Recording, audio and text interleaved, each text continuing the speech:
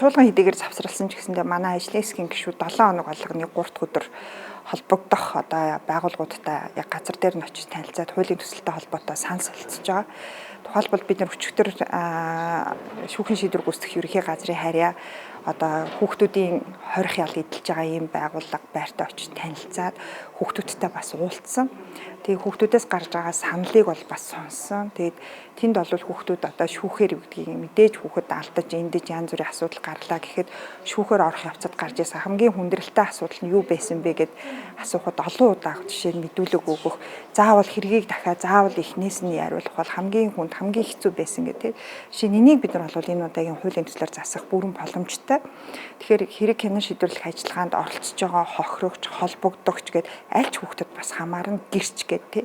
Эдгэр хүүхдүүд ямар нэгэн байдлаар их ашиг нь илүү дордохгүй, хүндөгдөхгүй, зөрчигдөхгүй байх хамгааллыг илүү сайжруулах тал дээр манай энэ хуулийн төсөл бол анхаарч ажиллах ёстой. За тэгээ бидний одоо өмнө тулгамдж байгаа одоо өнөөдрийн хамгийн гол ярьсан асуудал бол одоо энэ маргааны хэргийн харьяаллын асуудал байла. Одоо жишээ нь гэр бүлийн зөрчлийн улмаас үүсэж байгаа энэ маргааны асуудлыг гэр бүлийн хүчирхийллийн асуудлыг энэ шүүх шийдэх үү? Эсвэл яг одоо шийдэхэд бэлэн биш бол хизээ шийдэх үү? Ямар үе явцдаа шилжих вэ те?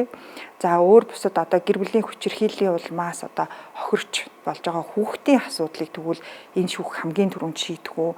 Анх удаага одоо гэр бүлийн хүчирхийлэлтэй холбоотой одоо үлдэж байгаа ийм хэргийг хамгийн түрүүнд шүүх шийдэх үү? Гэх мэт яг энэ хэргийн харьяаллын асуудал дээр бид нар нэлээд нарийн ярилцах одоо хэрэгцээ шаардлагаа сая үүслээ. Бид нар үргэлжлүүлээ дахиад мэрэгчлэнүүлттэй ярилцах зөвлөдөг.